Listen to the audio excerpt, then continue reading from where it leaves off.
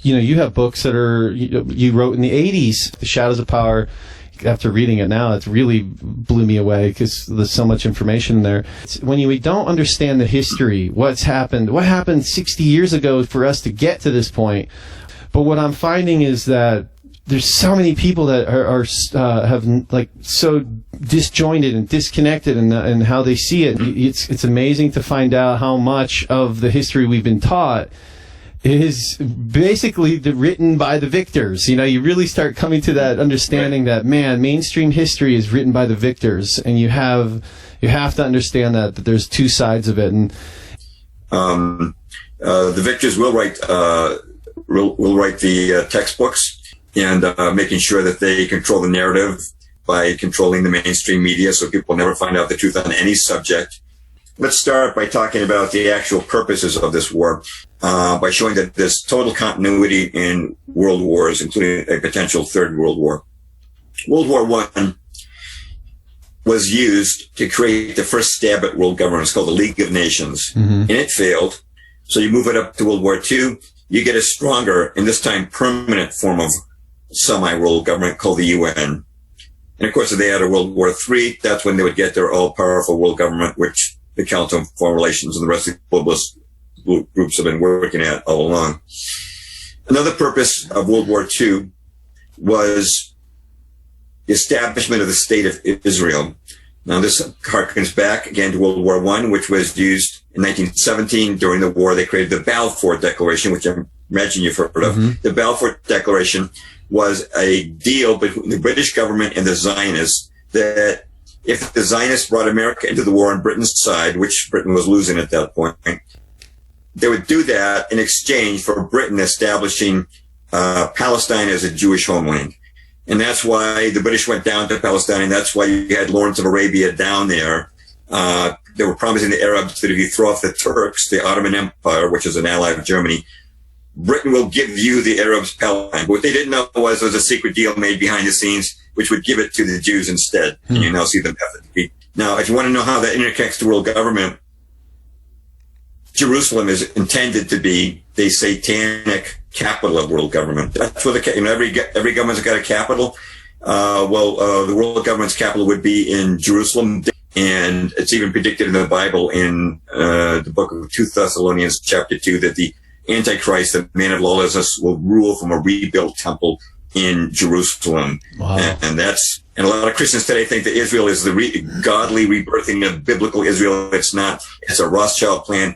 The Balfour Declaration was addressed from the British government to Lord Walter Rothschild. It was their scheme all along. Okay, number 3 in World War II was communism.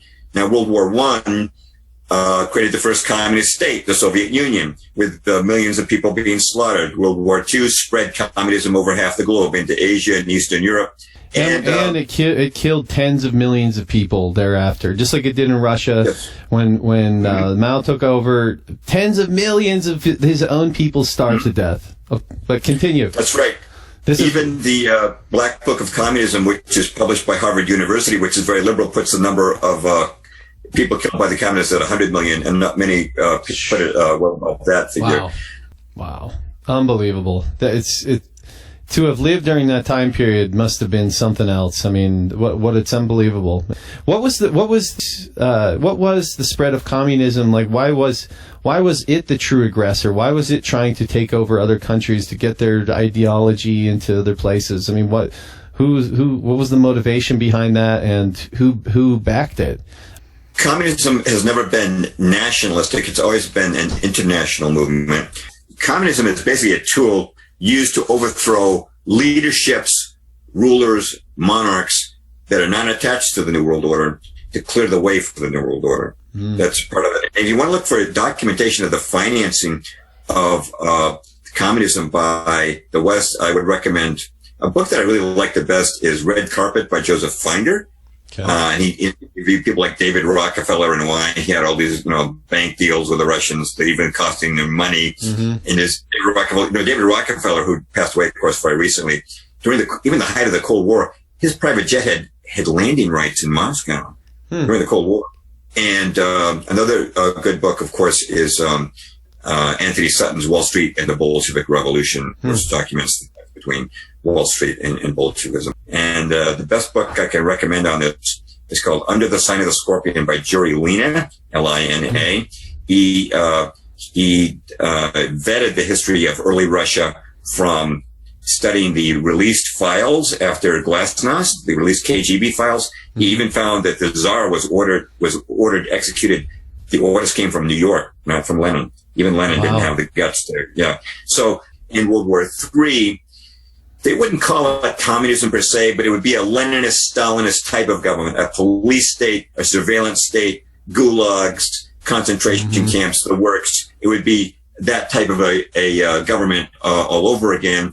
And we might as well throw in banking too. 6 months before Archduke Ferdinand was assassinated, the Federal Reserve was created. What great timing. Now we've got a way to fund America's entry into World War I. Then World War II. World War II, the Council on Foreign Relations in secret developed the World Bank even before the IMF held its first official meeting.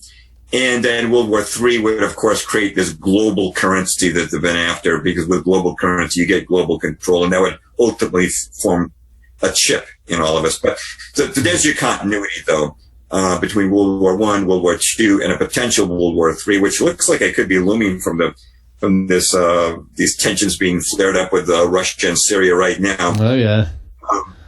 But that's the continuity, and those were gassing of children would be a great false flag to get it going, man. The what? The gassing of children would be a great false flag to get it all started. I'm surprised they didn't come up with a new false flag. They tried one that already had failed. Apparently, they're running out of ideas. But, I know. Me too. I'm waiting for the aliens. Where's the alien false flag? That's the cool one I'm waiting for. Yeah, I think that might be coming too. But Obama tried the sarin gas false flag. It didn't work. So he went back to the drawing board when he didn't get approval for the airstrikes, and they came up with Jihadi John and ISIS beheading people. And that pushed the people's buttons, so they used that. Now, for some reason, they're going back to sarin gas. But if that doesn't work, they may try some sort of false flag.